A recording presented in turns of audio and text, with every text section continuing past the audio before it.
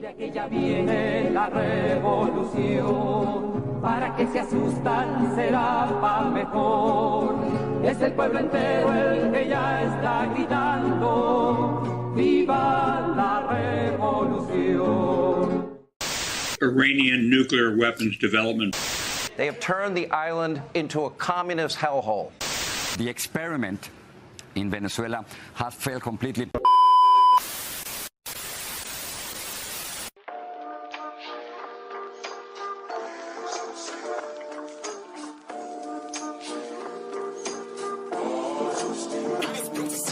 La bestialidad imperialista. Bestialidad que no tiene una frontera determinada ni pertenece a un país determinado. Bestias fueron las hordas hitleristas, como bestias son los norteamericanos hoy, como bestias son los paracaidistas belgas, como bestias fueron los imperialistas franceses en Argelia.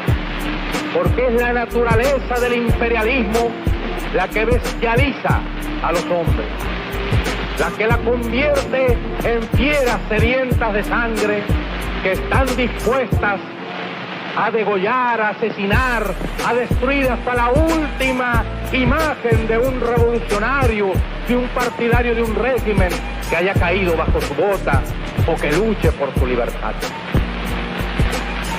Y la estatua que recuerda a Lumumba, hoy destruida pero mañana reconstruida, nos recuerda también en la historia trágica de ese mártir de la revolución del mundo, que no se puede confiar en el imperialismo, pero ni tantito así, nada.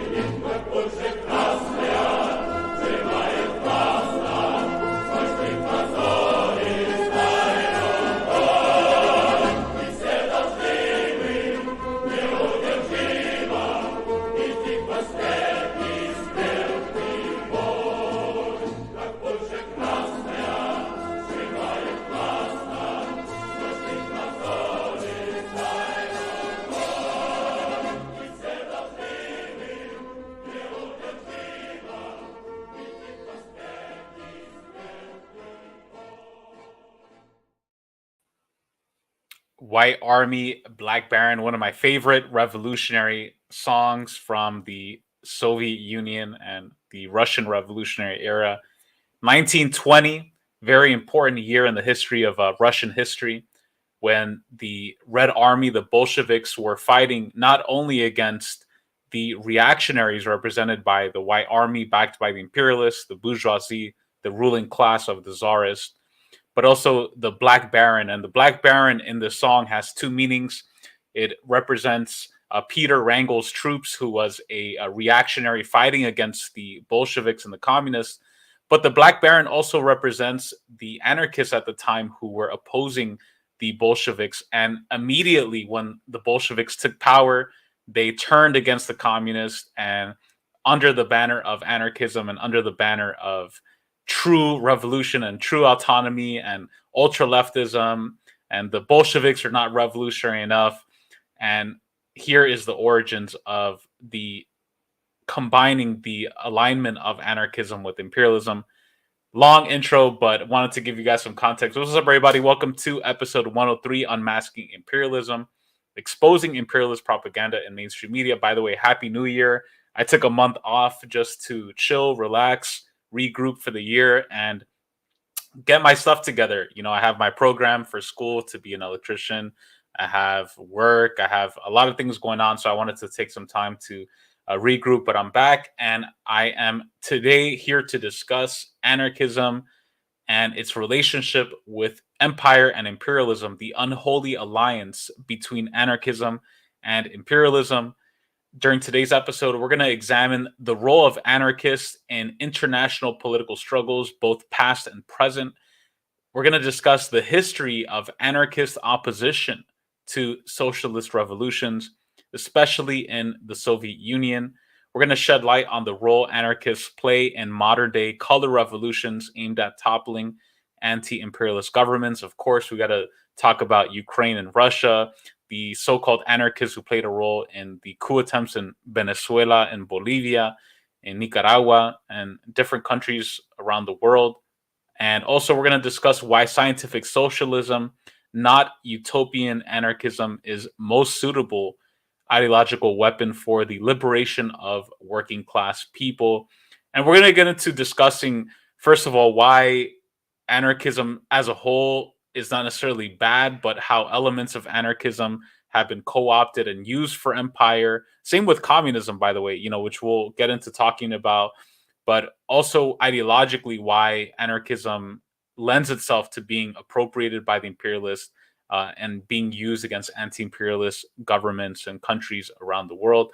And joining us today is Comrade Flame of Liberation. Please check out Flame of Liberation's channel, anti-imperialist activist and content creator based in New York. Shout out to New York, my hometown. Flame of Liberation was founded in 2015 to correct the historical record on revolutionary anti-imperialist movements and leaders, and to provide a truthful analysis of current events. Please make sure to go check out his video on the DPRK and the achievements 2022. Amazing, amazing stuff. And what I like about Flame of Liberation's videos is that he highlights the revolutionary achievements of our workers-led governments around the world, like DPRK, that are not trendy to defend. And we're having this discussion today because anarchism is something that is very trendy, very popular with a lot of young people, but defending DPRK is not, and defending, Syria is not, and Russia is not. So why is that? Why do we do this? So we're going to talk about all this, and shout out to everybody who's watching and listening. Comrade Flame of Liberation, how's it going? Great to be with you again, and Happy New Year. This is, I think, a great way to start off the year talking about this topic, because as you said, anarchism and various forms of ultra-leftism are very much trendy, and you see them, or trendy at least relative to actual anti-imperialist forms of leftism, and there's a reason for that. And as you talked about, anarchism, there's like different forms of it, and it took different shapes over periods of time. But what we see today as like the most prominent form, people calling themselves anarchists for the most part, there's a particular type that we see. One figure that we've discussed in the past on your show, Unmasking Imperialism, a few times, is a well-known figure, Noam Chomsky. And there's a reason why he's so well-known. And while a lot of his work is very positive, as we've highlighted on so many issues, practical, like current day issues, like as far as U.S. aggression around the world, he's oftentimes completely off, way off. And so there's a reason why certain people, certain ideas, certain speakers are promoted and others are not. And that's why this form of anarchism is so trendy. You see it not only like the ideological aspect of it, but you also see it in sort of like this cultural counterculture thing that's pushed. You see it in movies, TV shows and stuff, you know, the whole punk thing. It's very much associated with the anarchist politics. And there's sort of a reason why, again, there's a reason why it's promoted, is because it's sort of a way of taking anti-establishment energy and redirecting it in a way that doesn't harm the establishment or helps the establishment. And it's very contrary, actually, to give credit to the anarchists who came in the past. While ideologically, I think I would argue, and you would argue, that they were incorrect when it came to things like the state and so on. At least in the past, many anarchists have put their body on the line and have engaged in struggle for the working class and for against reactionary regimes and such. So when you compare the anarchists of today, sort of the stereotype of anarchists that we see in the West, I think if the anarchists of the past saw what they've become, they'd be disgusted with it. Yeah, most definitely. Exactly. I think that's a great point. I think the history of anarchist movement, especially in the late 1800s, early 1900s, was instrumental for labor movements, not only in the US, but around the world. And I think it's something that as communists, we also have to take into consideration that there were positive contributions and, of course, negative contributions. By the way, shout out to everybody who's watching and listening, to the Workers Reading Room, to Weir Pogrom, to Deborah Rodriguez, to Tian Juan, to 21st Century Socialism. Good evening from Queens, New York. Shout out to Queens, my hometown. It's funny because when I first met you, comrade, I mean, I was, still living in New York, and I remember when Occupy Wall Street happened. That's actually the first time I heard about anarchism, because I never knew. When I became political, I never really knew about anarchism. I knew about socialism and communism. I never knew about anarchism. And I remember Occupy Wall Street happened. When was that? 2011? 2011, Yeah, 2012? I think that's right, 2011, yeah. And I remember seeing the black flags with the A on it, and it was like abolish all authority and like all this stuff. And I was like really confused. I was like, wait, are these guys communists or anarchist? Like, what's going on? Because politically, my political education, a lot of it came from Latin American socialism.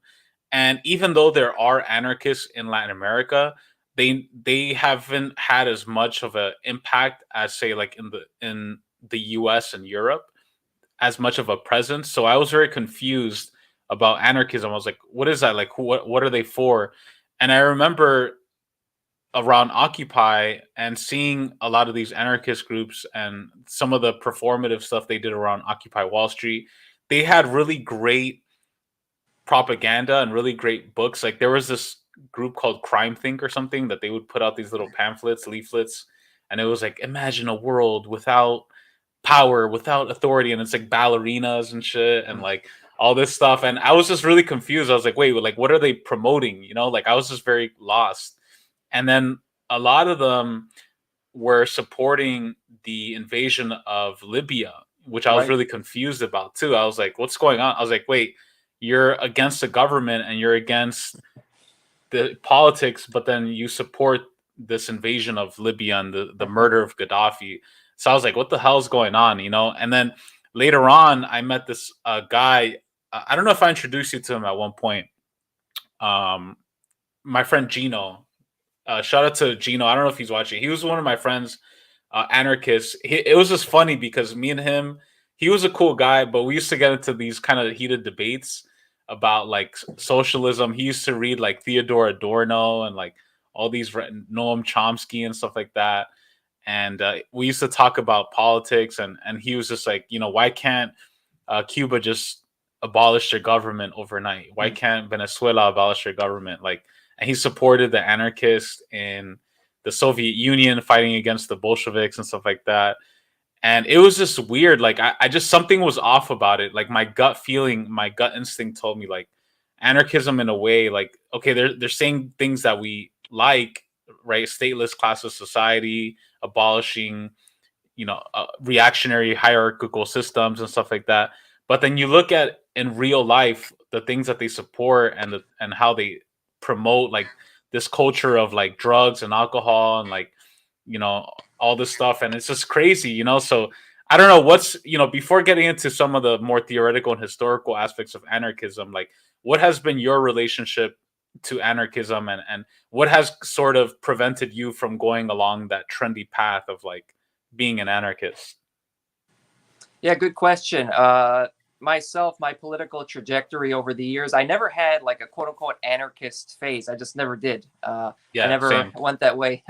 um, but I've known a number of anarchists over the years, had interactions with them, and various, some instances, very negative, very Yeah. negative interactions where they attack you as a nosball, fascist, Strasserite, and the whole list of things.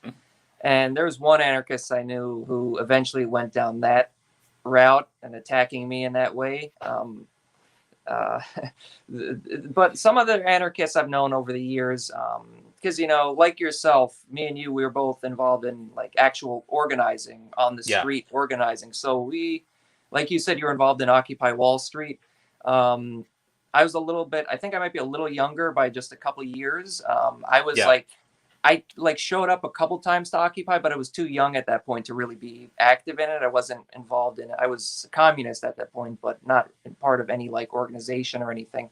So I wasn't that active in that. But over the years, in anti-imperialist activism and against police brutality, stuff like that, you interact with people who are anarchists, and you have to be able to work with them because common goal against imperialism and the police state. That's the place. Again, Black Lives Matter protests, for example, protests against police brutality, where you'd see a lot of these people, and credit to them for going out in the street and protesting for a good cause. But over time, you start to see, if you get to know them, sometimes you could engage in good, positive, useful, constructive discussion and debate with them. But other times, I think you end up in a situation kind of like the one I mentioned, where they just start attacking you as a fascist, Nazbol, Strasserite, blah, blah, blah, blah, blah, whole list of things. And I think I've also interacted with in the past libertarians who identify as anarchists, which that's a whole interesting thing too. Yeah. And when you mentioned how in Occupy Wall Street, some anarchists, I assume like like actual anarchists, not like the libertarian types. Yeah. They were, a lot of them, I don't want to say all because I don't know, but a lot of them, like you said, were promoting NATO intervention and destruction in Libya, while the other right-wing, quote-unquote, anarchists, libertarians, were against the intervention, which is just an absurd situation where the right-wing sort of fake anarchists, libertarians, free market, neoliberals, they were to the left of these ultra-left anarchists. It's just a bizarre situation, but Yeah. over the years we see crazy stuff like this. Yeah, no, most definitely. It's so funny you say that. It's funny too because one thing that me and Ophelia always talk about. So a lot of anarchists will come up to me, and they'll even here in LA, because I have long hair, I wear black a lot, so they think I'm Oh, like a rocker anarchist and shit. I'm like, yeah. and then they start asking me my politics, and I'm like, oh, I like Stalin, I like Assad, I like Putin. And they're like, what? Like, they just are so confused. So it's funny because there's a particular aesthetic as well that is really popular out here in LA. Like, anarchist culture is so big. Like, it's really crazy because in New York, I found that it was cool in New York that there was more of a communist culture among young people. Not, it wasn't huge, right? But there was like communist youth, like Marxist Leninist youth. In LA, it's very non-existent. It's very punk, anarchist, the boots, the long hair, like dudes who look like me, but just add an A shirt or on the shirt or With whatever. all the patches and And everything on the jacket, yeah, right? The yeah. big A patch and everything. With all the patches. And I noticed, like, and just talking to a lot of people who consider themselves anarchists, because I'm also not a dick. Like, we've had this discussion before. I don't like to be sectarian. I like to talk to people of different political tendencies and just hear what they have to say and learn. And, so like when I talk to them, I feel like a lot of times it's not even so much like a political theory, but it's more like a subculture. It's more like a particular outfits or music that they listen to, which is not necessarily a bad thing, but I just find it really interesting that that's sort of like the identity around anarchism. And so when I ask people like, what is anarchism? What is anarchy? You know, like I feel like in a way, like some of the definitions they gave were very superficial or just not really well thought out, especially when talking about dismantling like the state, right? And why my biggest problem with anarchism has always been that their main focus is the state and government. Like they give government and the state powers that are almost human. They're like the state is a problem and power is a problem. It's like the government is not a living, breathing thing. It's a way of organizing people organizing together. Like it's not a tangible thing. And I feel like a lot of times with anarchists, they give so much attention to government oppression, but never corporate, financial, imperial power. And I feel like it's one of those areas where like it's just focusing on what's in your immediate line of vision. And this is why it's important for people to read Capital to understand economics, because economics determines politics. Economics controls politics, not the other way around. And I feel like it's one of those miscommunications where anarchists they focus so much on the state and police and troops that it gets them to a point where anytime they see a government, they automatically think it's bad. But what I want to do, comrade, is I just want to play a clip. I'm going to play a little bit of this. This is like a brief definition of what anarchism is, just for people who aren't familiar. It's not the best explanation, but it kind of gets the ball rolling in terms of talking about the ideological underpinnings of anarchism and how it differentiates from communism. So I'm going to just play this, and then we'll react to it.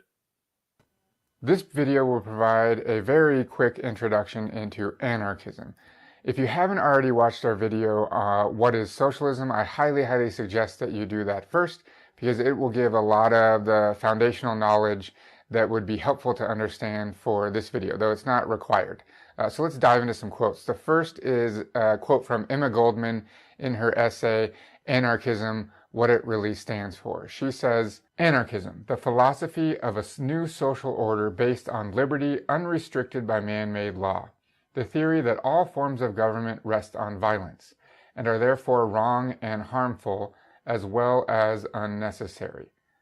So that's what Emma Goldman has to say, her brief definition of anarchism. Now let's go to the next one, which is probably the most commonly used definition of anarchism, and it is from Peter Kropotkin in his Encyclopedia Britannica entry on anarchism. Like I said, this is the most famous definition used.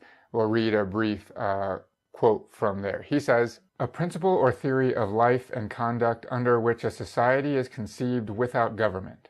Harmony in such a society being obtained not by submission to law or by obedience to any authority, but by free agreements between the various groups, territorial and professional, freely constituted for the sake of production and consumption, as also for the satisfaction of the infinite variety of needs and aspirations of a civilized being.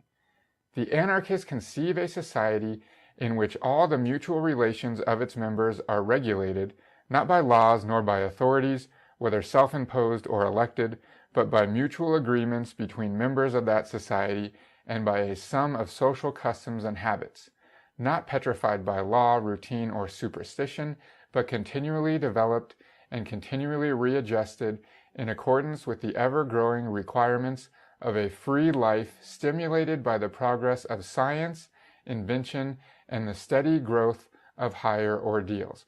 So again, that's Peter Kropotkin in his Encyclopedia Britannica entry on anarchism, written in 1910. Still to this day, honestly, probably one of the most cited definitions of anarchism. Both of these, Emma Goldman and Peter Kropotkin, both of these definitions basically describe a society where the relationships between the members of a society are dictated by mutual assistance and voluntary association, rather than laws and regulations and authority and force.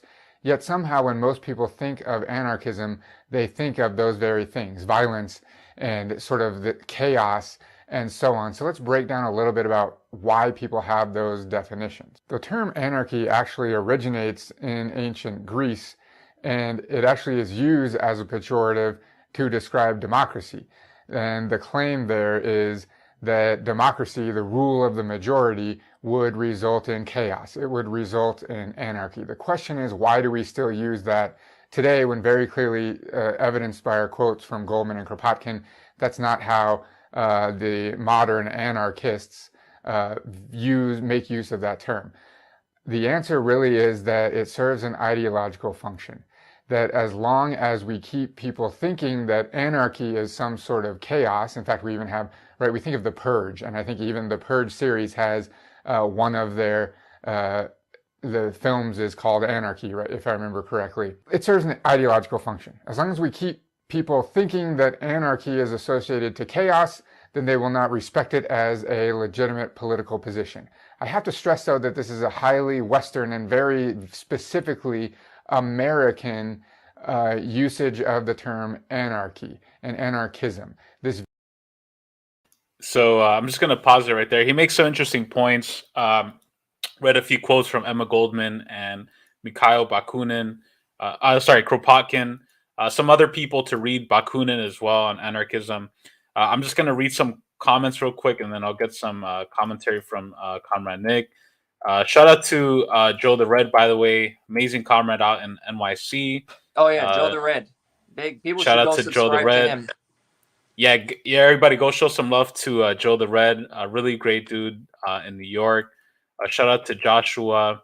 Piolin's Ghost, I like that name, by the way. It feels like such a logical conclusion to hyper-individualism. Most definitely. Also, Joe said, anarchists turn the state into this ethereal force outside of society. Where Pilgrim, they anthropomorphize or humanize the state, in other words. I've asked many times why the support for CIA-backed thugs in countries like Nicaragua, Venezuela, Cuba, no response except, quote, people are supporting on the struggle on the ground. Shout out to Comrade Erica, peace from Nicaragua. Shout out to you, Comrade Erica. I hope you are enjoying the beautiful country of Nicaragua, which has been also attacked. Part of the opposition has been, quote unquote, anarchist. Comrade Amrit, it's wild because the end goal is what we all want, moneyless, stateless society. But anarchists just skip the entire socialist epoch that would get us there. Really great comments. What are your thoughts on sort of the ideological underpinnings of anarchism? You know, he mentions in the video, very brief description, but you know, voluntary association, a lack of force. What are your thoughts on that? Yeah, I mean, in a sense, what they talk about in many ways is the end goal of communism from the Marxist or Marxist-Leninist perspective, a stateless, classless society. And to a certain extent, what they say about the state is correct. The state is violence. But the problem is they don't realize that the state, the nature of the state, drastically changes depending on which class controls it. A working class state is totally different from a bourgeois state. Now, they would argue that, oh, all state is, there can't be a working class state for, you know, for their various reasons they say that, but they don't realize that the key thing that they don't realize is that you need a state to prevent counter-revolution. And the perfect example that people point to as far as anarchism versus communism or Marxism-Leninism is the Russian Revolution. Now, how could the Bolsheviks just give up the state when you have not only internal reaction, you have the Tsarist forces, the White Army, you also have liberal, bourgeois liberals, and then not only that, the internal reaction, but you have external imperialist invaders, the United States, France, Britain, Japan, many other, I think it's like over a dozen countries actually invaded the Soviet Russia at the time. How can you just think that getting rid of the state is going to lead to that goal of a classless society? It's ridiculous, because just because you want to get rid of the state as a positive revolutionary, for you being a positive revolutionary, just because you want to do away with it doesn't mean that your enemies will have that same moral high ground. Of course not. That's why they invaded. They'll use force to any limit, the endless list of wars that imperialism has perpetrated to try and prevent the spread of socialism. The example of this Russian Revolution and the Russian Civil War, where the imperialists invaded. They're going to use anything possible to prevent the rise of socialism and communism. So you need organization to counter that. And what at this point, they would come back and say, well, the state is corrupting. It's sort of like this liberal argument about how power corrupts and ultimate power, unlimited power, or what's the quote? Power corrupts and absolute power corrupts absolutely. It's like that very simplistic mindset that they have. But I mean, while they're completely wrong when it comes to their view of the state and the idea of socialism and dictatorship of the proletariat, how they're against that necessary step towards getting to communism. While they're wrong about that, from the Marxist-Leninist perspective, we do acknowledge that just because you have a socialist state doesn't mean that it's over. You have to constantly guard against corruption, because there is an issue of corruption within socialist countries. That is an issue that needs to be guarded against. And the various communist socialist leaders have written extensively about this, guarding against corruption and revisionism within a working class state. And that's something that it does need to be dealt with, but you don't deal with that by just throwing away the state. And that's why, it's sort of like a meme. And it's like a very simple, like, gotcha thing, like a quick line against anarchists. But it's like, how many anarchist revolutions have succeeded versus how many communist revolutions have succeeded? Yeah. But I mean, it's a fact. And it's because of the fact that they have this issue. It is, as I think you mentioned, it is very utopian. It is very unscientific. And that's why, it hasn't, there haven't been successful anarchist revolutions, except for maybe they could point to this or that, but they ended up not succeeding. But despite that, again, anarchists, they have played a positive role in many struggles, like the labor struggle within the United States. Even the Russian Revolution, initially, the anarchists did play a positive role fighting against Tsarism. And that's to be commended. But the problem eventually came about where this ideological distinction came to a head between communists and anarchists. And again, I think it was proven by the history of what happened with not only internal reaction, but external imperialist countries invading the country, that the Bolsheviks are proven correct. And I think if you just study history, it becomes very clear that the communist method is much more successful. Even if so, as I pointed out, how many successful anarchist revolutions have there been? They would come back and say, oh, well, how many Marxist-Leninist states have led to communism? Well, that's a fair point. But the thing is that they can't dispute is the success of socialist states, that they try to discredit socialist states. Some of them would even go so far as to call them fascist. I mean, it's ridiculous stuff. But they cannot dispute the historical record of socialist states in fighting for the egalitarian mission, not only when it comes to class, but gender, race, oppressed nationalities, and of course, raising the living standards of the people. Every socialist state that's come into effect has raised the living standards of the people drastically and has pushed forward towards a much more egalitarian existence than existed previously. Yeah, for sure. No, I definitely agree. And I think one of the points that a lot of anarchists mention, one of the central tenets of anarchism is voluntary association, a lack of force. And I think one of the errors that comes with this mindset is just their world outlook and philosophy. We talk about in Marxist philosophy, we talk about ontology, right? What is ontology? Ontology is the study of reality, what objective reality is. And one of the core tenets of Marxism, believe it or not, aside from what the postmodernists think, there is an objective reality. It's not my truth, it's the truth. And this is so important to Marxism. And part of the truth or objective reality is understanding that the universe and everything involved in the universe is constantly in a state of motion, dialectics. Everything is constantly changing, constantly moving. The universe is a very chaotic place. Even we see in the background of my stream, you see like the solar system, stars.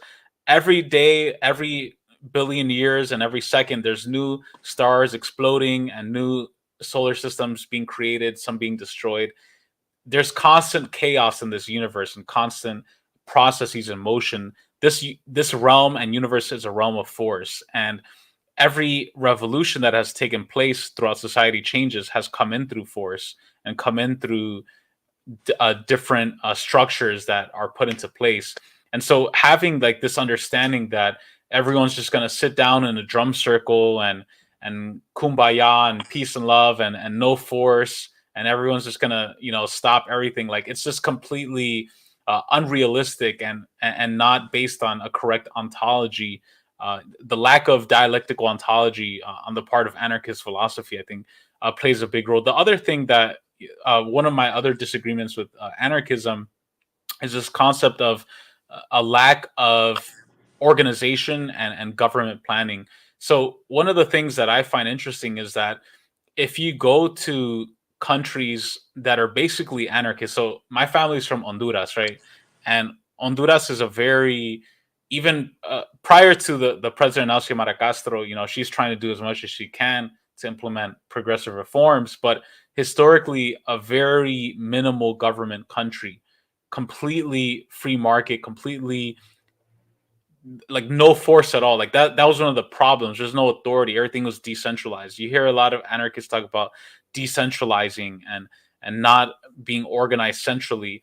But it's like if you go to Haiti, if you go to Honduras, if you go to some of the most impoverished countries, there is no order. And no matter what, when there's no order, people are gonna create an order for themselves, whether it's good or bad. And that happens a lot of times in our countries with gangs, because there is no jobs and no big government programs or no state to defend the people. What happens is gangs like MS-13 and 18th Street, they come in and they fill that gap, and force is going to be used regardless, right? So it's like, do you want a progressive socialist government to create order and laws, or do you want drug gangs to come in and say, hey, we're the new kings of this area now? You know, so it's like no matter what, there's always going to be people filling that gap of force and domination. It's just a matter of understanding it scientifically. The same way, like I'm pro-gun, right? I'm not like these liberals who are like, you know, do away with guns and all this stuff. It's like, no, a gun is a tool, right? A gun is something you pick up. It can be used by one person, or good people or bad people, right? It's not in and of itself bad. It's just how you use it. And the state is the same way. And I think central to really understanding this is a text that one of my favorite, for people who haven't been familiar with this, Frederick Engels' Socialism, Utopian, and Scientific. I think it's required reading for any new young communist.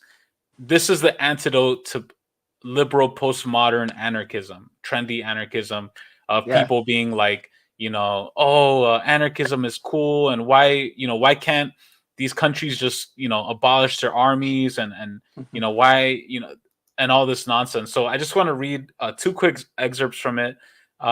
First, with the seizing, this is again Frederick Engels, Socialism, Utopian, and Scientific. With the seizing of the means of production by society, production of commodities is done away with, and simultaneously the mastery of the product over the producer. Anarchy in social production is replaced by systematic, definite organization. The struggle for individual existence disappears. Then, for the first time, man, in a certain sense, is finally marked off from the rest of the animal kingdom and emerges from mere animal conditions of existence into real human ones. The whole sphere of the conditions of life which environ man and which have hitherto ruled man now comes under the dominion and control of man, who for the first time becomes the real conscious lord of nature, because he has now become master of his own social organization. The laws of his own social action, hitherto standing face to face with man as laws of nature, foreign to and dominating him, will then be used with full understanding and so mastered by him. Man's man's own social organization, hitherto confronting him as a necessity imposed by nature, now becomes a result of his own free action. The extraneous objective forces that have hitherto governed history pass under the control of man himself. Only from that time will man himself more and more consciously make his own history. Only from that time will the social causes set in movement by him have in the main and in a constantly growing measure the results intended by him. It is the ascent of man from the kingdom of necessity to the kingdom of freedom. And then I just want to read this last paragraph of what Engels describes as the proletarian revolution, of course, a socialist revolution. The proletariat seizes the public power, and by means of this transforms the socialized means of production, slipping from the hands of the bourgeoisie into public property. By this act, the proletariat frees the means of production, the wealth of society, from the character of capital they have thus far borne, and gives their socialized character complete freedom to work itself out. Socialized production upon a predetermined plan becomes henceforth possible. Again, emphasis on the word plan. The development of production makes the existence of different classes of society thenceforth an anachronism.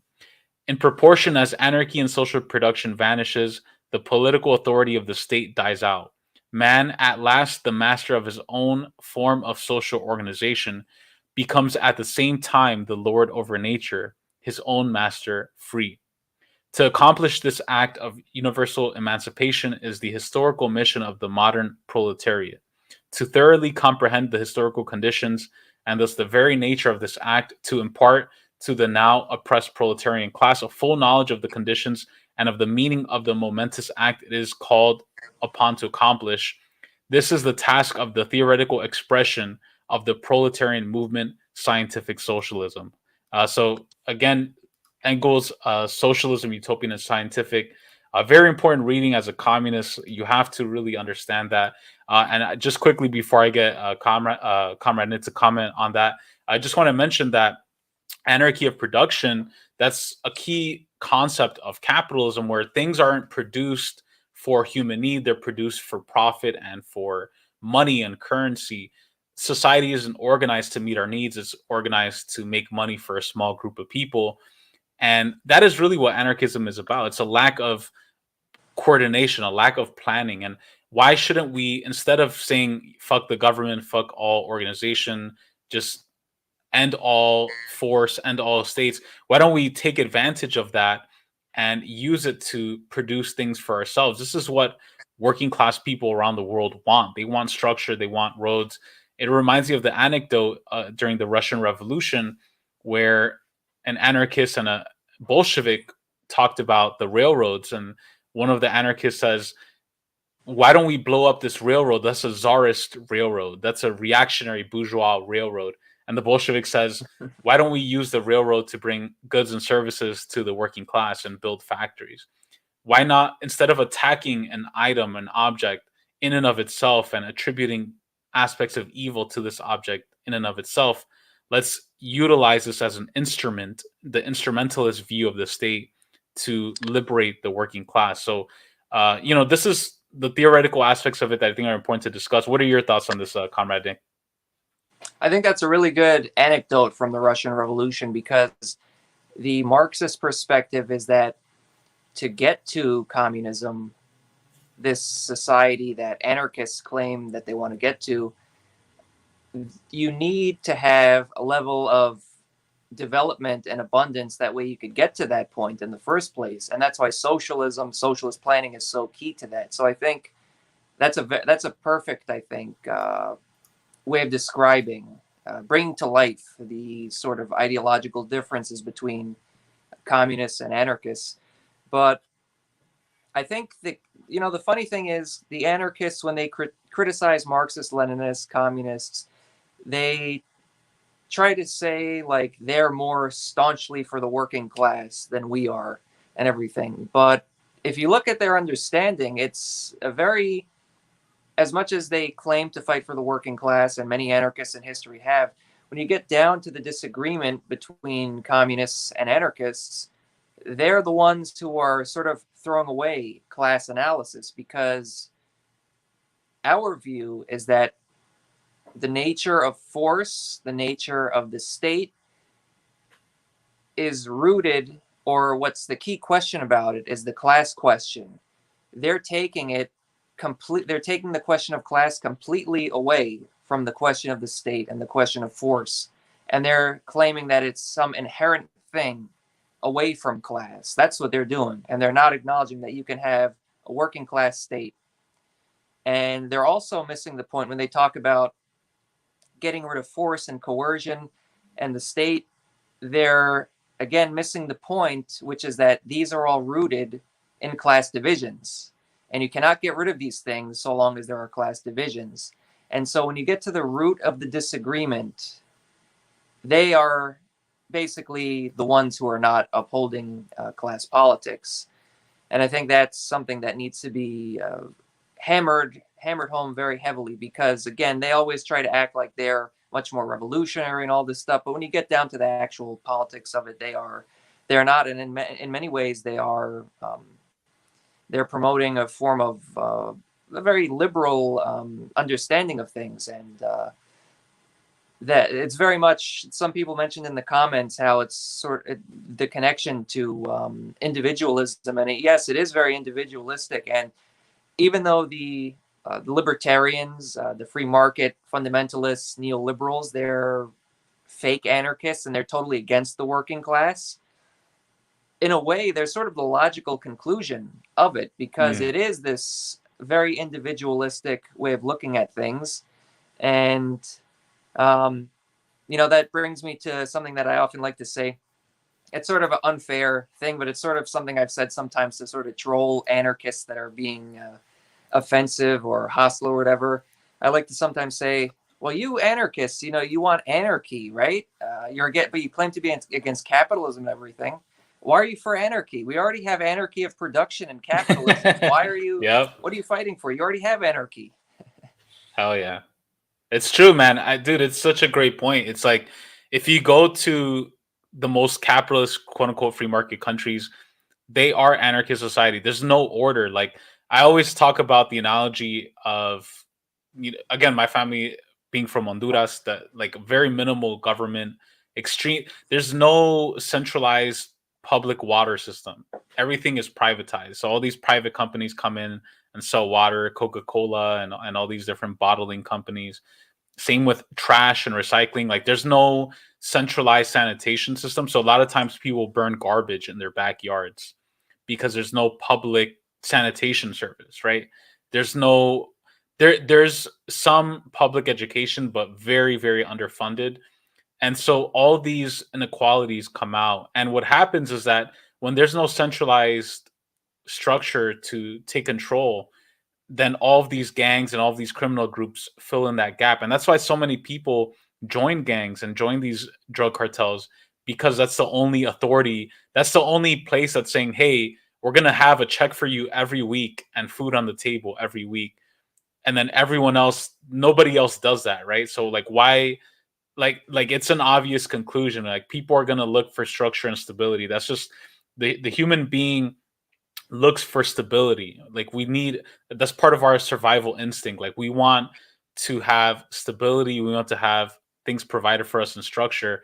If we don't have that, we're going to seek it wherever we can get. And I think that's a big part of why these a lot of global South countries have a lot of violence and gangs, because they are anarchist society. There's an anarchy of production. There's no centralized public system. So it's just, it's really important to point out. A shout out to Comrade Zach, by the way. When there's no centralized system, there's no central clean drinking water, proper food safety, garbage and recycle, collection, sanitation, and more, leading to the spread of disease. Exactly.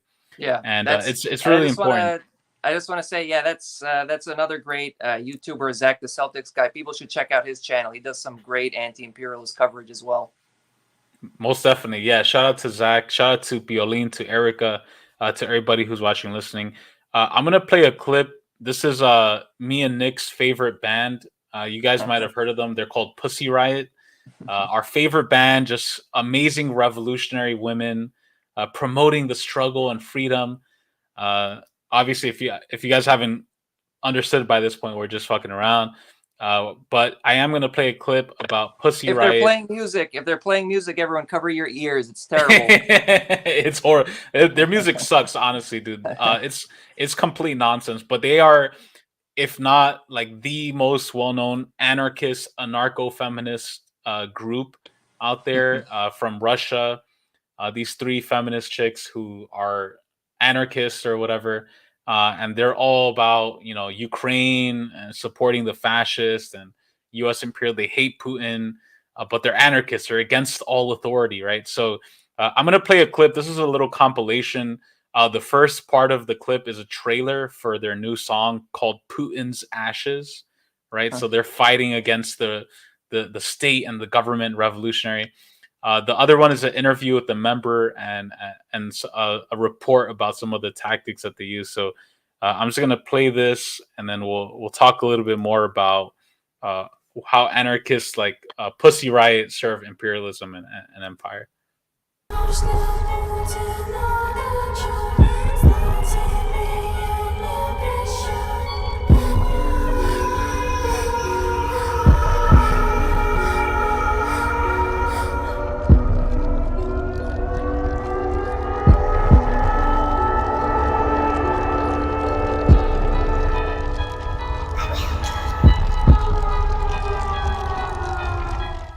One woman who knows the wrath of Vladimir Putin firsthand is Nadia Tolokonnikova, a founding member of the Russian protest group Pussy Riot. She was sentenced to 2 years in prison.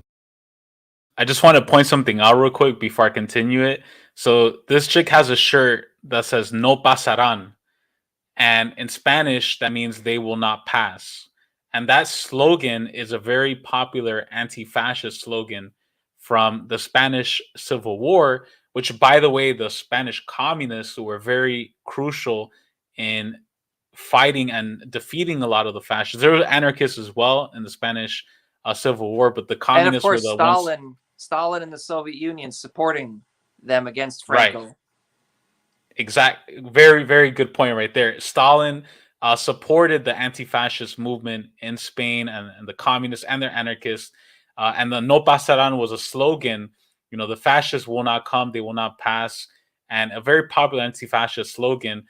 And now you have a so-called anarchist using that shirt "No pasarán" with the colors, the Ukrainian colors, promoting Ukrainian fascism, promoting actual fascists. So it's just a complete mindfuck here. Like, she's wearing an anti-fascist slogan, promoting a right-wing imperialist fascist government. So I just wanted to kind of point that out before I keep playing.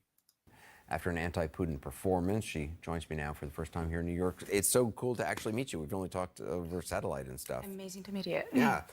So when you look at the war in Ukraine, I mean, obviously there were huge failures of the Russian forces and incredible victories by Ukrainians early on in the fight for Kyiv and other places. Russia's obviously having more success in parts of the Donbass right now.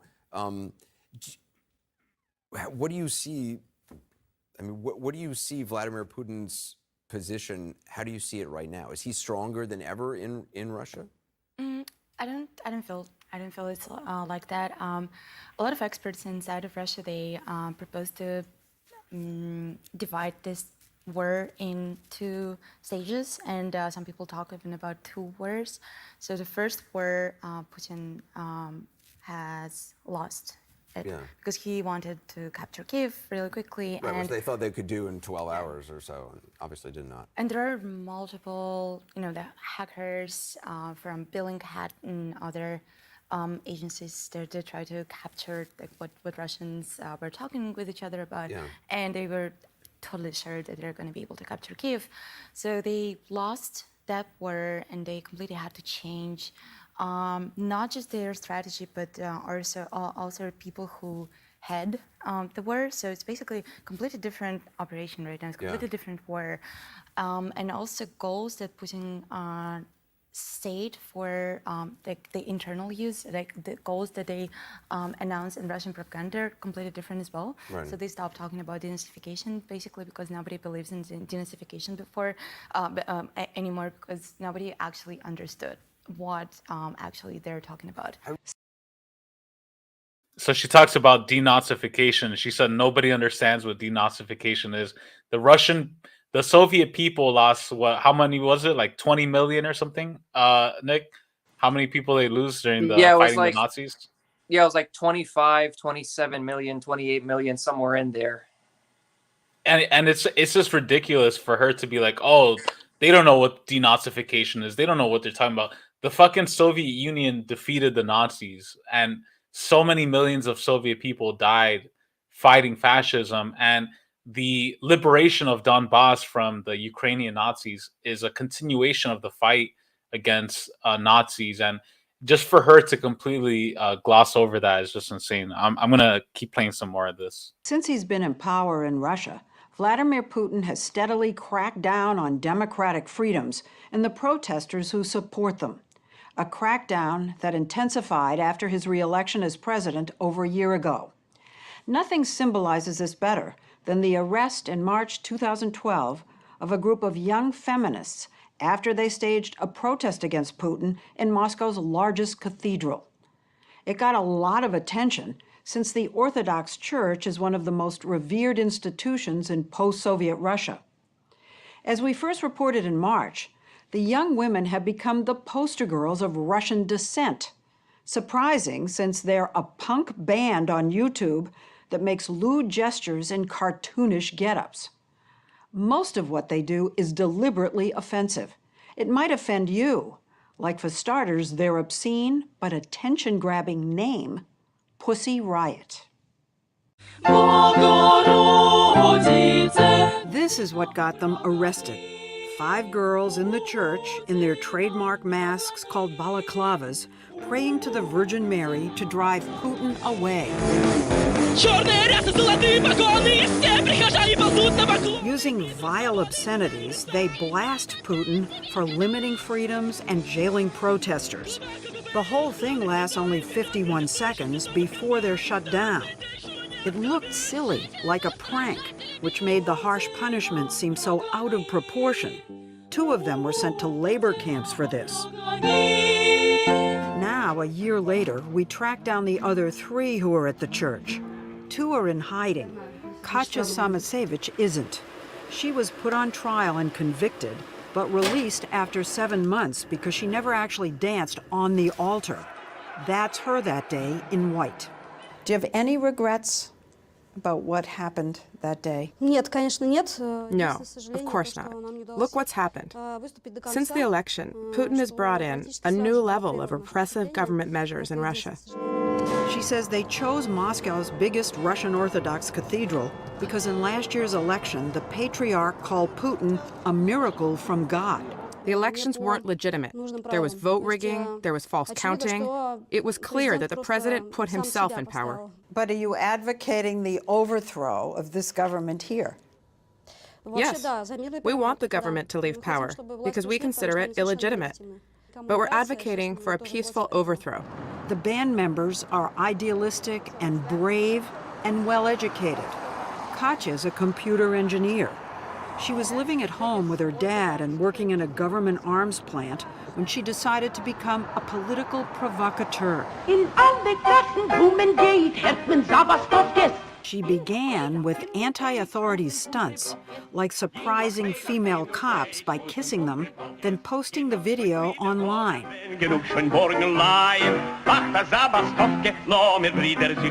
Her partner in crime was Nadia Tolokinakova, a philosophy student and seasoned agitator. They formed their punk band as Moscow was boiling over with protests in 2011 after Putin announced his bid for re-election. It was Russia's Arab Spring, and the band, made up of 12 or so feminists who call themselves girls or devushki, set out to change the world.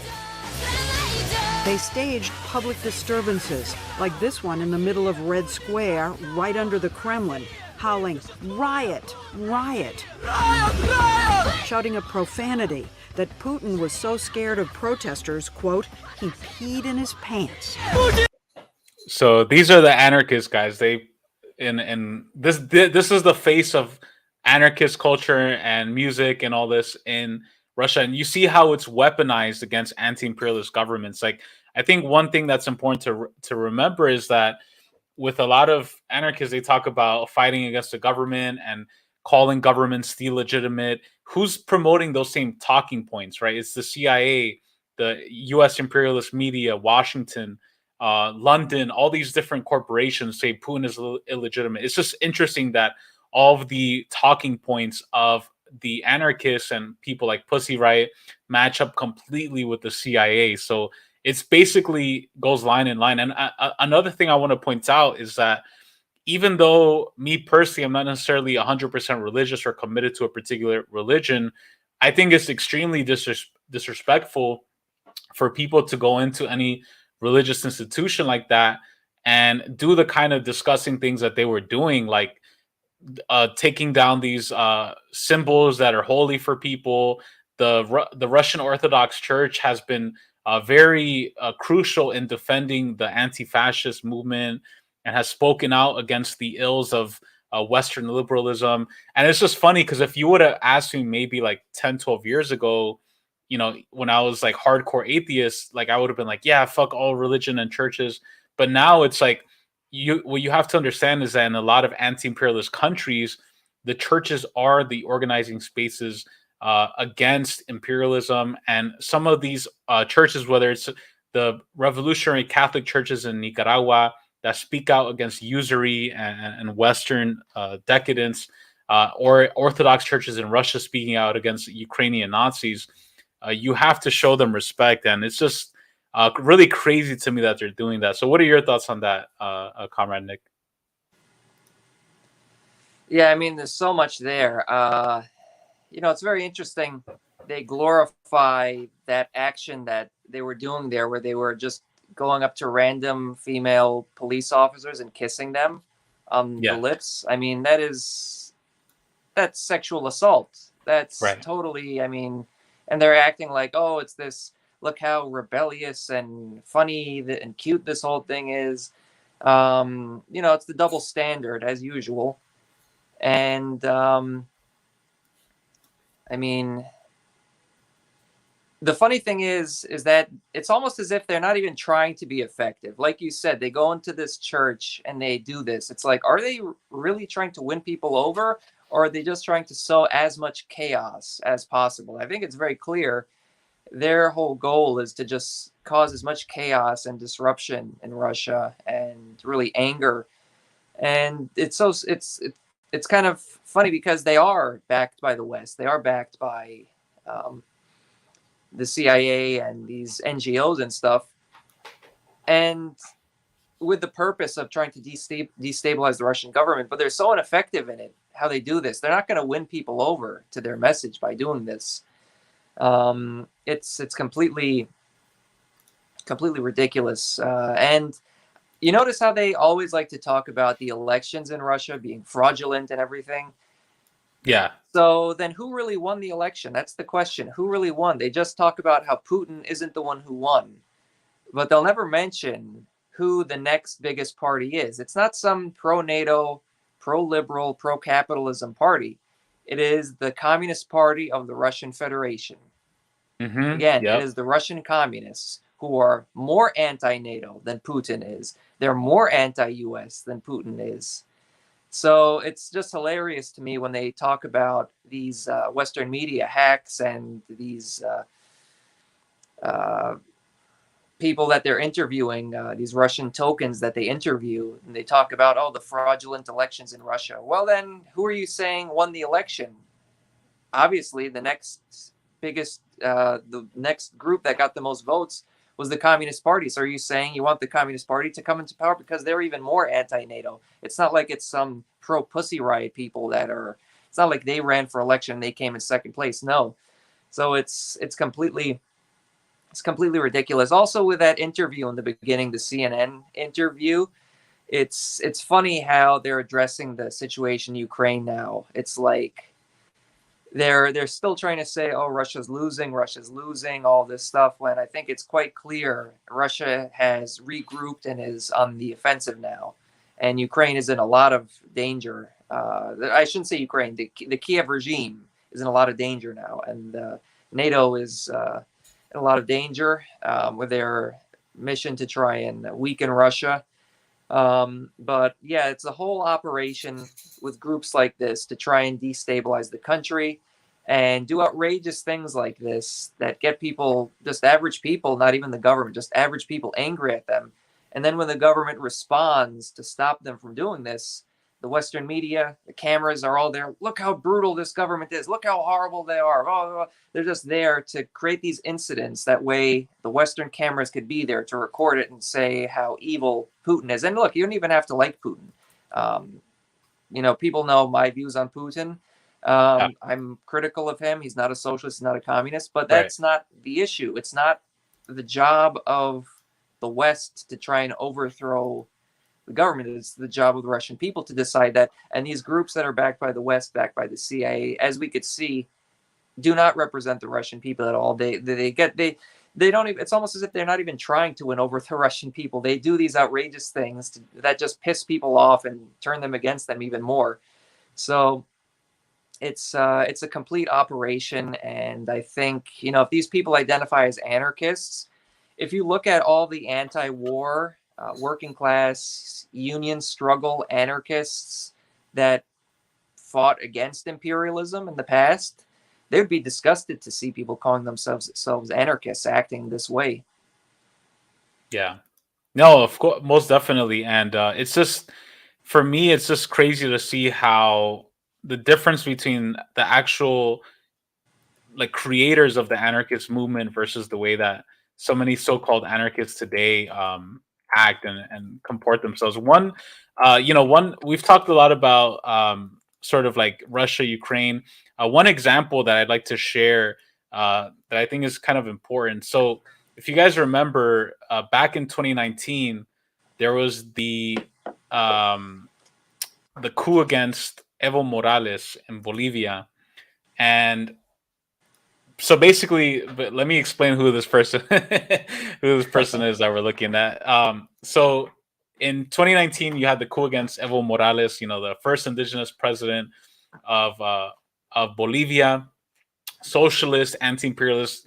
Evo Morales is a very solid guy, like one of my favorite historical presidents. Really, really solid politics, pro-China, solidarity with Russia, opposes the Ukrainian Nazis, and ushered in, I think it was 9, 10, I forget how many years of socialist construction in Bolivia, making it one of the poorest countries in the region to the fastest growing economy. Evo was amazing. Like, he was hands down Bolivia's greatest president so far. And still, you had these quote unquote anarcho-feminist groups in Bolivia that were opposing Evo Morales. And one of them was this person right here that we're looking at. Her name is Maria Galindo. She's a so-called anarcho-feminist, and she voiced support for the coup against Evo Morales in 2019. And she's so-called anarchist. She was like, abolish authority. And so I want to read. They always find a way, don't they? They always find a way to support whatever the U.S. operation is. They always find a way. Right, exactly. So it's just like, it's crazy. So like, here she is. Like, look at this picture, right? Like, she had, honestly, like, you could tell she's fucking annoying as fuck. Like, she has I would not like get along with her at all. Like, she has like the shaved bald head and like all the left, like just synthetic left kind of postmodern aesthetic. The whole devil's horns thing going on, and just complete chaos, right? Just complete shit show. And here's this interview. I just want to read an excerpt of her from 2012 complaining about Evo Morales, saying he's not doing enough. So this is her again, Maria Galindo in Bolivia, like a poor, very impoverished country, by the way. Keep in mind, like, Bolivia was very, very poor, a very oppressed indigenous community. And then you have this anarcho-feminist saying, supporting the coup, saying, this is what she says. In general, about Evo Morales is very complex, as anarchists like to say a lot. Evo Morales has had a kind of evolution. Evo Morales now is not the Evo Morales of the beginning. In the beginning, there was a lot of hope and a lot of social expectation and a really strong relation between MAS, which is the movement towards socialism, and the government. In the sixth year, it has developed not in positive ways, but in negative ways. For example, Evo Morales says his government, quote, "We need to have big control over social organizations to stay in power. To grow the social control, we have to buy the heads of these social organizations." So the social organizations are now in control of the government, but not the bases. It means that the heads of the social organizations have taken money from the government and projects, but it doesn't mean a real presence of the social organizations with their questions. It is like theater. Here we have the people with us, but just the friends of Evo Morales and friends who are there because they have some advantages. So it means a very big lack of real social transformation because they are not working on the concrete problems of any social piece of the society. They're just working so that everybody thinks and everybody feels that Evo Morales is the only solution for everybody in Bolivia. So here we have the process of Gaudíization. So in Latin America, there's a term called caudillo, which is like it's like a stereotype of like a Latin American dictator. A caudillo is like a ruler of like a ranch or like a plantation.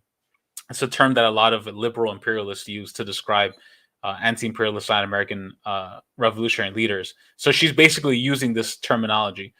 And then she's here mocking Evo. He is the change, and the change is he. He is everything. He is the defender. So it makes a degradation in the social and political process. Not only, hold on, she says, the figure of Evo Morales is the center of everything. It is really a very big mistake. For the women, it is very contradictory, and it is very well disguised. So it just talks about, she's just fucking complaining about like all these things.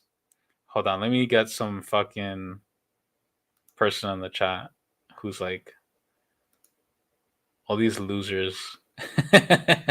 Spirit of social. All right, there you go. So yeah, that's how you know we're not anarchists. We deal with right, people like that. Get the trash out. Way. Got to take out the trash every once in a while. Absolutely. So here you have this anarcho-feminist, right, who's getting all this money from the NED and the CIA, and she's branding herself as a leftist, as a revolutionary, and then just complaining, oh, he's not doing enough. They're not doing this and that, and it's like, dude, like Evo Morales and the movement towards socialism has achieved some of those amazing things for Bolivia, and here she is branding herself as a leftist, an anarchist, and supporting the coup against Evo Morales. So this is an international phenomenon. A lot of people think it's just the US and Europe. Like, you see people like this all over Latin America. Like, in particular, a lot of these synthetic leftist type people, like, it's just really crazy to me how this is a real tendency that we have to contend with, and it's very dangerous. And this is why I tell people, like, don't fall for the lies of postmodern anarchists, pro-imperialist talking points, especially about Ukraine. It's just insane to me. So I don't know. What are your thoughts about that? Like this international culture, and also if you want to comment on like to me, she doesn't look like a very happy person. Like, just even like it's just a very self-destructive mentality that they promote. What are your thoughts about that? No, I know what you mean by that, and I think people who are seeing this know what you mean. But yeah, there's, like you said, it's not only within the United States and the Western countries, it's in a lot of countries around the world, and including these countries that are socialist countries or countries that are targeted by imperialism. And even though it is this phenomenon in these other countries, I think these people like this person you're talking about, and these others that are in these countries around the world outside of the first world, even though they're not in the first world, they're very much connected. I think they're very much. I think they're very much connected with liberal and anarchist academia in the West. They follow it. And was that interview in English by any chance? I'm curious. Yeah, it's in English. I'll try to send it to you. Yeah. It's called. It's on the website. I just asked that because it seems like, again, it's nothing wrong with knowing other languages, but I get the feeling that these people in these other countries are much more in tune with stuff going on in English than with stuff going on in their own country. Again, it's good to know multiple languages. That's a good thing. But I think it's part of a bigger thing where, again, they're more in tune with what people like Noam Chomsky are saying in English than what people are saying in their own country. And they're totally detached from their own country. That's why they go out, like in Russia, this group we're talking about, they go out and do things like that. If they actually wanted to be effective, they would not do things like that. This character you brought up in Nicaragua, right? Oh, Bolivia. That was in Bolivia. Sorry. But there were similar people. Yeah. Again, I don't know a lot about this person, but you mentioned like the appearance. I don't think that that's going to be very popular with the Bolivian people. Right. That sort of. Again, I don't know a lot about this person, so I can't say like with this group in Russia, I could talk more about. But they're very much connected with the Western academia, American academia, and these discussions that are going on in U.S. academia. And again, these things are allowed to exist within U.S. academia for a reason. If they were a threat, they would very much be attacked and probably not even allowed. Anyone who is against the U.S. intervention around the world, like in Syria, for example, they'll demonize them as an Assadist. I was just about to ask you about that. Yeah, or if you don't even have to support Putin, but if you're against the aggression against Russia, you're against the Kiev regime, you don't even have to support Putin. They'll condemn you as a Putin apologist, all of this stuff. They might even call you a Duganist, all this crazy stuff they'll come up with. But if you support this line that this international types that we're talking about, these anarchists in other countries, this sort of line that they promote, you'll be no problem. You can promote that stuff, and you'll even get on Democracy Now! And these other outlets. They'll have you on because it's not a threat. Right. Yeah, it's so true, especially with Syria. I think that was one of the things that really bothers me. Like, you have this banner, Black Rose Anarchist Federation stands with Rojava. So you have this fucking crazy. What are your thoughts on this, on the whole Rojava It's thing? amazing because it's like, what are they doing? These Kurdish anarchist groups in Syria, what are they doing? They are facilitating the U.S. occupation, the illegal U.S. occupation of Syria. That's what these radical revolutionary anarchists are doing. It's so revolutionary, right? To have this country that is being attacked by imperialism, that is occupied by settler colonial state, so-called Israel, the Zionist state, is occupying the Syrian Golan Heights. And these revolutionary anarchists are facilitating the U.S. occupation and theft of Syria's oil. It speaks for itself. Yeah, as Arturo mentioned, Rojava was funded by the Zionist entity. Yeah, it's crazy. I mean, I remember all these when the whole thing with Syria was going on. So I was still living in New York. It was like the last few years that I was living in New York, and it was always cool talking to Nick because Nick always had like really great. You were very well. You're still to this day very well studied and knowledgeable about Syria and Baathism and the need to defend the Syrian Arab Republic and why the Syrian people defend Assad and why the Baathist movement is so popular. And I would see all these idiots, all these anarchists with these banners like Black Rose Anarchist Federation stands with Rojava, and it was so trendy at that point. Like every anarchist had their little Rojava sticker, the YPG, and like this is why it's so important to call this out, because this is imperialism of the 21st century. Like this is the propaganda. Like they're using a leftist aesthetic. They're using, the woman with the AK to promote a state entity that promotes the balkanization of the Middle East. They promote breaking down countries that are stable and prosperous. Syria is one of the most amazing countries in the Middle East, very stable, especially before the imperialist invasion and war. and they want to balkanize it. They want to make it into a bunch of little controllable areas with the backing of Israel and the U.S. So it's just crazy to me that people there's so much confusion, especially with Syria. Syria, Russia. So it's just like crazy to me.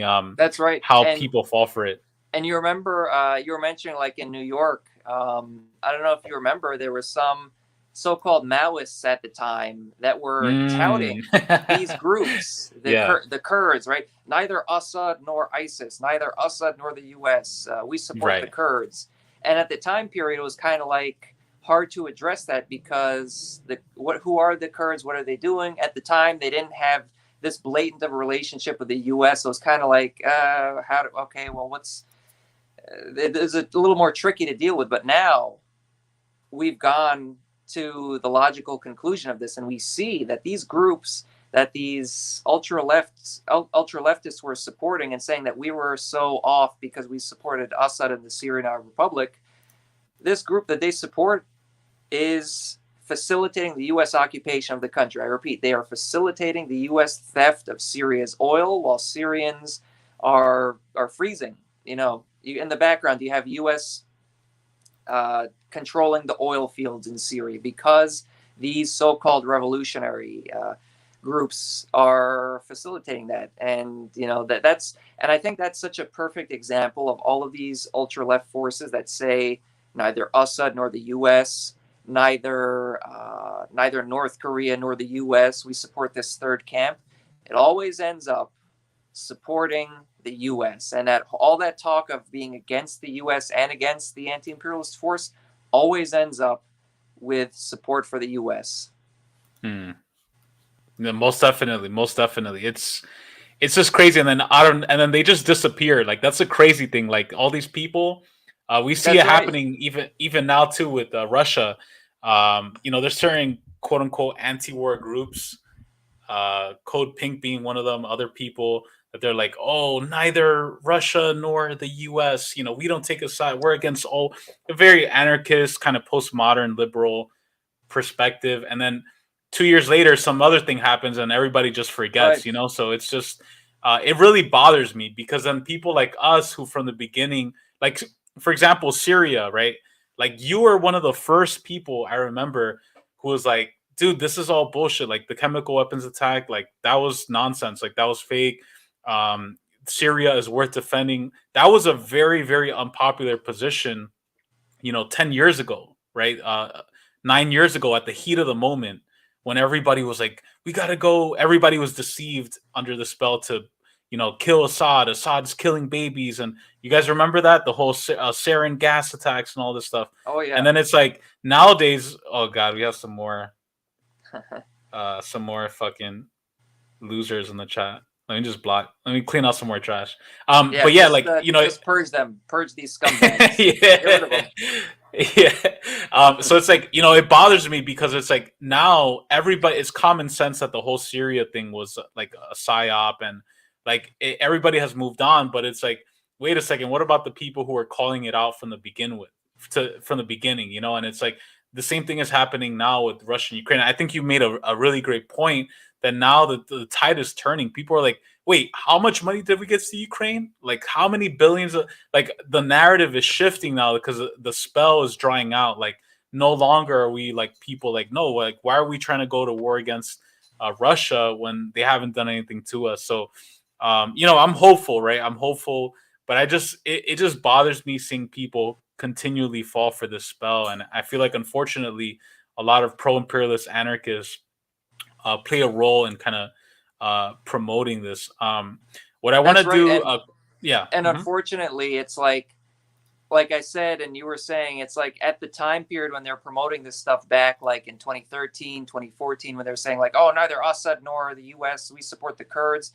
At the time period, they had some plausible way of trying to frame it because it wasn't so obvious yet. But now, when it's so clear that this group that they're supporting is on the side of the U.S., it's like, yeah, I'm sure you're the same way. I'd like to talk to some of these people and see what they have to say about the whole situation now that the time has passed.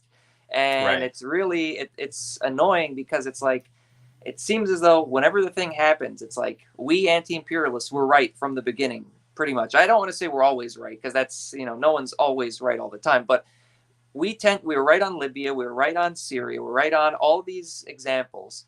And each time when it happens, these people who go, oh, this time it's different though, you guys are apologists for blah, blah, blah regime. It's like, this time it's different. And then a few years later, when things become undeniable and certainly completely clear, it's like, what's the next thing? Yeah, let's go attack that country. And Move on anyway, next.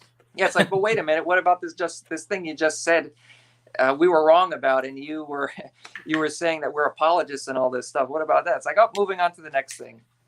Right. Yeah. No, it's right on, man. I just want to share 2 quotes from Stalin before we head out, because we both of us got to head out. It's been really awesome talking to you. I just want to read these real quick.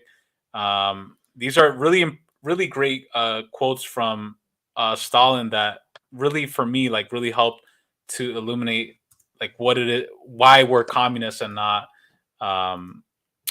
anarchists. So this is Joseph Stalin. Until the bourgeoisie is completely vanquished, until its wealth has been confiscated, the proletariat must without fail possess a military force. It must without fail have its proletarian guard, with the aid of which it will repel the counter-revolutionary attacks of the dying bourgeoisie. Really great point. And then there's this other one that I want to share, which is this one. This is one of my favorite quotes from Stalin, not as well known. It is difficult for me to imagine what, quote, personal liberty is enjoyed by an unemployed, hungry person. True freedom can only exist where there is no exploitation and oppression of one person by another, where there is not unemployment, and where a person is not living in fear of losing his job, his home, and his bread. Only in such a society can personal and other freedom exist for real and not on paper. So very, very, very great point by the great comrade Stalin, breaking down why economics is the bait. We have to address economics and the fundamental contradiction of imperialism and capitalism before even talking about freedom and liberty. And let the anarchists do their ballet or postmodern art or whatever the fuck they want to do. But first, we have to overthrow capitalism. We have to create an economic system that actually benefits people. And then we can talk about, getting rid of hierarchy and the state and all this stuff. But any final thoughts from you, comrade, before we head out? Yeah, I think that's a great quote to end on, because, this whole concept of freedom, right? What freedom do you have when you don't have any order in your life, when you're unemployed, when you don't have a home, when you don't, even if say you have a home and you have a job, but you constantly, because of capitalism, every worker knows that you live under the threat of losing that job one day. There is not stability. So what freedom do you have? And this whole concept of individual freedom is totally divorced from these sorts of questions, this bourgeois, quote unquote, freedom. It's like, yeah, I have the freedom. You have the freedom to go on the internet and criticize Joe Biden. Oh, it's freedom. But you're at the same time, you can be starving. You can have no health care. You could die tomorrow because you have some disease and you can't afford the treatment. What kind of freedom is that? And then we see, of course, if you actually do criticize this freedom of speech thing, it's to a limit, because once you start to actually be able to challenge the establishment, they crack down on you. They, in multiple ways, either they censor you or they literally go after you, like what they did with Fred Hampton, where they killed him, leader of the Black Panther Party. So this whole concept of freedom, I think freedom is best realized in socialism, because it provides people with all those things that they can to truly live a full life as a full human being. And it's the path to full liberation through communism, eventually in the long run, with the end goal. But as far as anarchism and anarchists, I want to make clear that, anarchists there are some who are better than others, and they're not all the same. Yeah. And I think it's incorrect ideologically, whether it's the better ones or the wrong ones. But I think we should always try to have our hand extended to try and work with anarchists and try and win them over. Because if they are opposed to the police state, if they are opposed to imperialism, if they're opposed to the bourgeois state, our positions are the correct position for that. So we should be able to try and win them over. Of course, those ones that are supporting NATO and all this stuff, like Vaush, I don't know if he identifies as an anarchist, but he came up with this slogan, anarcho-NATOism. Oh my God. I mean, people like that we should debate them and stuff, but there's different types, and those real anarchists that are actually involved in struggle, ones that are actually involved in working class or anti-war struggle, or against the police state, not just these grifters on the internet.